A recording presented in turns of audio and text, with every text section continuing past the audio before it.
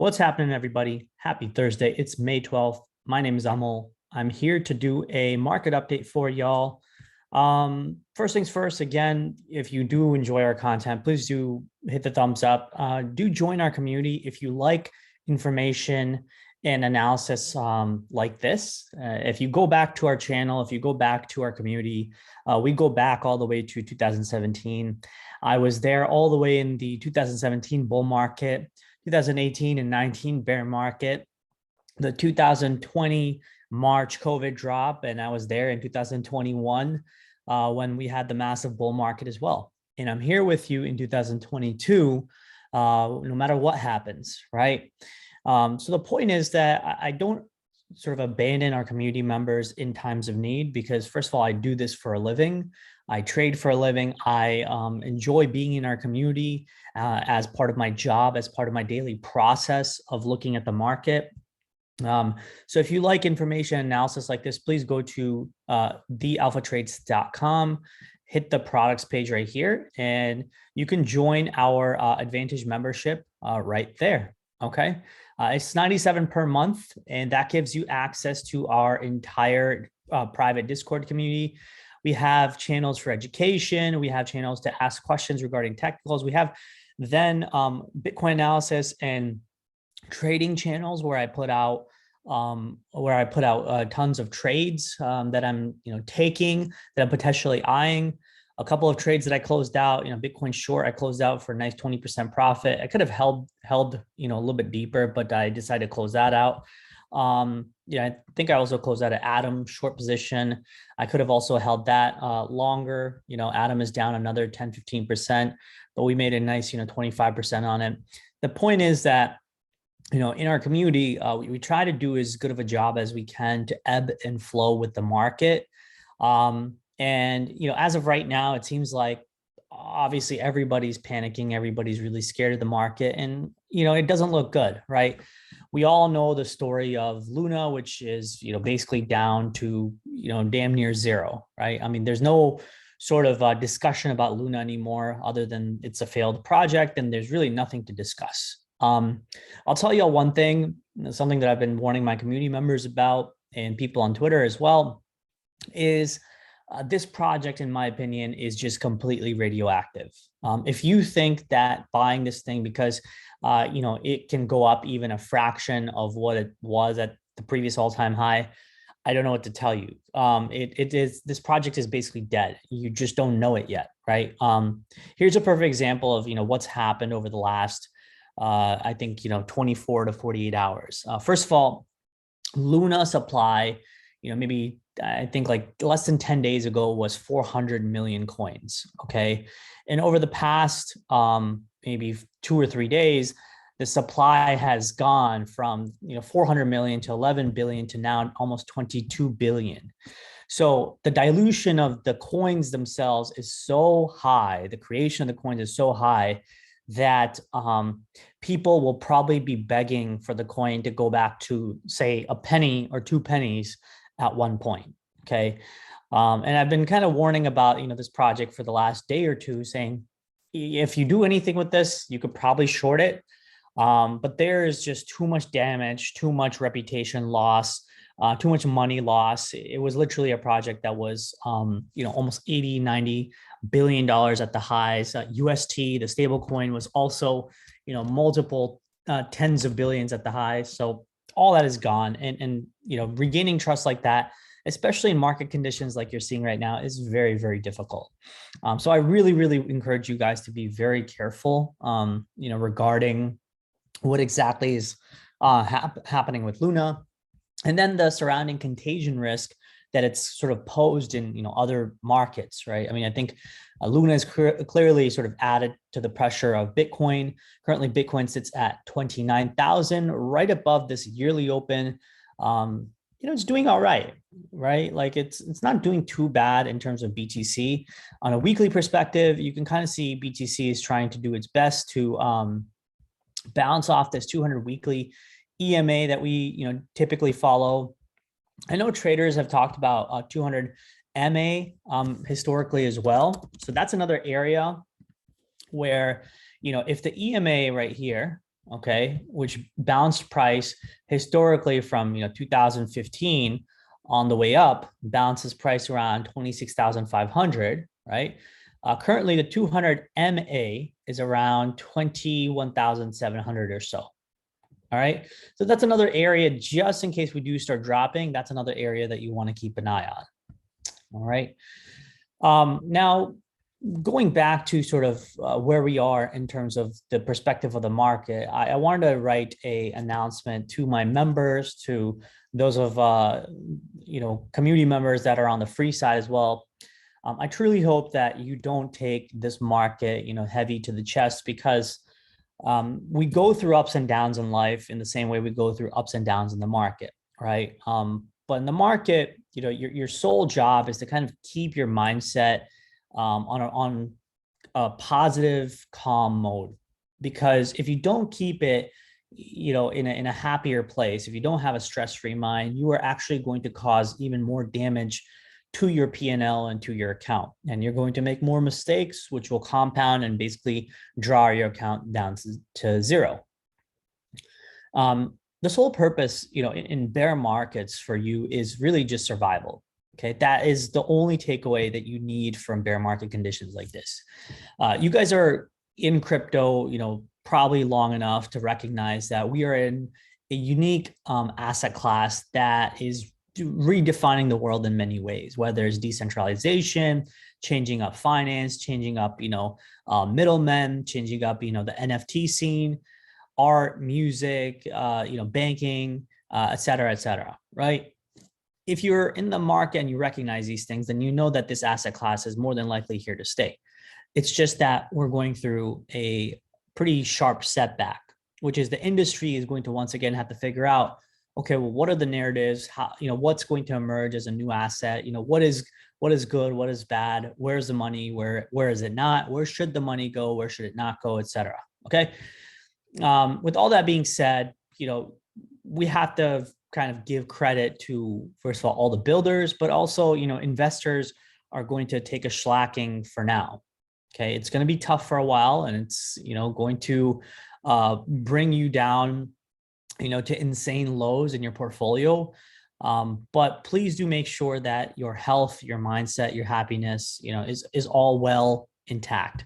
If you are having, feelings of being down, or you're feeling depressed, having unhealthy thoughts, please do consult a doctor, your counselor, therapist, friends, family, et cetera. Obviously, we're not financial advisors, and we're sure as hell not in the healthcare field in alpha trades, right? But what we do care about is people, and we care about people to help them recognize, what is, what are the things that, the markets can do to you, and how can you avoid them in the best way possible, in terms of pain, or in terms of, FOMOing into, random stuff here and there, right? That's all we can do in terms of analysis. The rest is really up to the markets, okay? Now, sort of going along with that thought process, right? Where are the markets right now, perspective-wise? Well, I'm going to talk about the dollar, bonds, inflation, equities, and economy, and then tie that into crypto. Okay. First things first, like I said, BTC coming into critical levels, 200 weekly EMA sitting at 27K. Next, 200 moving average is currently around 22,000, right? Doesn't mean we have to drop right away. We can consolidate slightly higher for the next, week or two, and then start to break down. I'm not quite sure what kind of sort of game plan we're going to have to, keep trending up or trending down from here, but the momentum is down, right? Not only is the momentum down, but, more importantly, there are other aspects of the market that are still sort of raining fire and really putting on the pressure in US stocks and crypto. And one of them is the dollar. And generally, the only thing that you need to understand about the dollar is, when the dollar goes up, equities and crypto start to feel that pressure down. Think of the dollar as basically sort of your escape vehicle for risk assets or investors, right? I mean, if you're going to sell into anything, or you're selling bonds across the world, or you're looking for a safe haven, it is the dollar. I mean, the dollar is king, right? It's not NFTs, and it's not Bitcoin, and it's not Ethereum, and it's not Apple stock. It is the dollar. because the dollar is backed by the American economy and the American military, and that means something. That means something to basically the biggest people and the biggest, governments in the world, and that should mean something to you. We are far away from the day where, we're going to replace a dollar with Bitcoin, or, the dollar is going to crash and go to zero. I mean, either it's never going to happen, or we're probably maybe a decade or a couple of decades away. Okay. And either way, you don't want that to happen, because that would mean that the world is completely just, shifting powers and it's at full tilt. All right. Now, so dollar going up, like I said, I explained the correlation, right? The other correlation that we have in markets is, the 10-year T-notes, right? Treasury bonds are basically, once again, sort of looking to find yield in safe assets. So like I explained, dollar is basically, the safest asset, which is supposed to be, basically flat, right? Meaning it's not going to accrue value or anything. Now, bond yields, however, are sort of an asset class themselves. They're an investable asset class. And whenever you start seeing bond yields kind of climb up like this, it is effectively an indication that investors are seeing, yields climb, and yields climbing imply that more and more investors are thinking, hey, we need to find a safe haven where we can make yield as, the stock market starts breaking down, as crypto starts breaking down, as gold starts breaking down, and pretty much, everything under the sun, right? Because the interesting thing about the last, week or two is really nothing was safe, right? I mean, this is crypto over the last couple of weeks, and this is the stock market over the last, couple of weeks. And then you have also, gold, right? Gold is also sort of breaking down over the last, couple of months. And then as of late, oil is also breaking down. Okay. Obviously it hit the local high in here in March, but it's come down a decent amount. So the point is that investors are going to seek, safe havens and possible risk-free yields. And the best risk-free yield is really the 10-year treasury note. This, 10-year ticker that you're seeing in front of you. Okay. So again, same thing like the dollar, as these sort of tick up, you're effectively going to have a de-risking from the stock side, from the crypto side. Now, the interesting thing about this is the last time we were at this 3.2 level where we topped off was in October 2018, October and November. And guess what? After that, we started to see the yields come down, right? And went all the way to the March, 2020 COVID crash. Okay. And that brought yields from basically 3.25% all the way to less than like 40 or 35 basis points, right? So point is, you have to recognize, well, what happened when that turnaround happened, right? When this was going up, it was actually a tough market in the stock side as well. But when this started coming down, right, like hopefully we're doing right here, what happens then? Well, hopefully at that same point, you want to start seeing the dollar start to roll over as well. Okay, you want to start seeing the dollar top off and start to roll over, in which case, then I'll show you all something else. Okay, so if we go back to NASDAQ futures and we do US 10-year, right, and we do a mapping of, okay, remember I said in 2018, this is where the bonds topped off, right? Here is 2018 on, here's 2018 right here, okay, on the NASDAQ futures, right? Again, NASDAQ is nothing but tech and growth stocks. So point is, in tech and growth, like you want to start seeing the NASDAQ sort of turn around and start trending up. That will be an indication that Bitcoin and crypto could probably start trending up and going up. But at that point where we see 10-year T-notes right here between October 2018 and November 2018, right, as they top and start to roll over, guess what? The stock market also started to roll over at that same time, meaning, it was continuing its decline, and then it bottomed out somewhere around December 2018. Okay, and what happened in December 2018? Right around there, right? The 10-year bottomed out, but then it kept rolling over. And that was the final nail in the coffin when the bond market started to really roll over under 2.7, 2.5. right? Then people start to recognize, okay, looks like bond yields are going down. We need to start, shoring up liquidity and start buying tech and growth stocks. And guess what?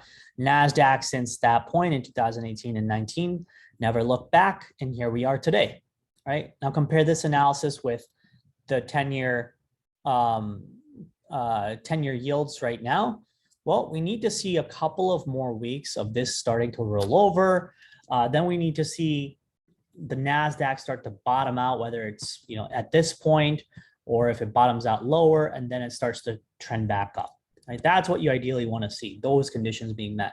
And same goes for BTC and crypto. You want to start seeing that kind of similar turnaround in Bitcoin especially. Bitcoin is obviously the premier sort of institutional asset class, right? That is the one that you want to show strength. Other than that, I mean, nothing else really matters, right? Alts are not going to turn themselves around because I think the bid is just dead. I think Luna has, for now, sort of temporarily really disrupted probably the entire industry of crypto due to its huge debacle.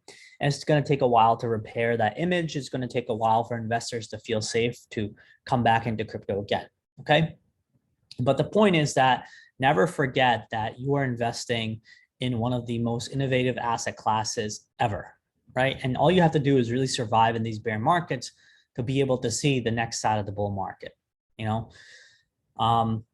Data-wise, I still think there's probably going to be more chop. It's going to take a little while to bottom. I'll tell you guys that much. And it's going to take a longer time for the market to sort of create new narratives, try to figure out, what's next, what could do well in the future.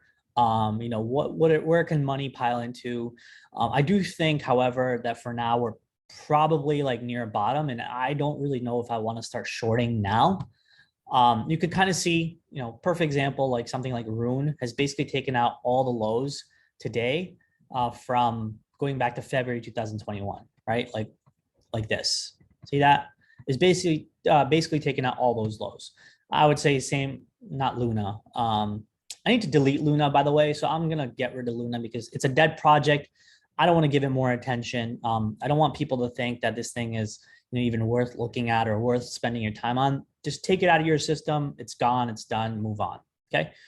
Avax. I think Avax still, again, similar project, right? Took out this stop right here from September 2021. Now starting to hopefully, climb back and, get back inside, hopefully this local parallel channel, right?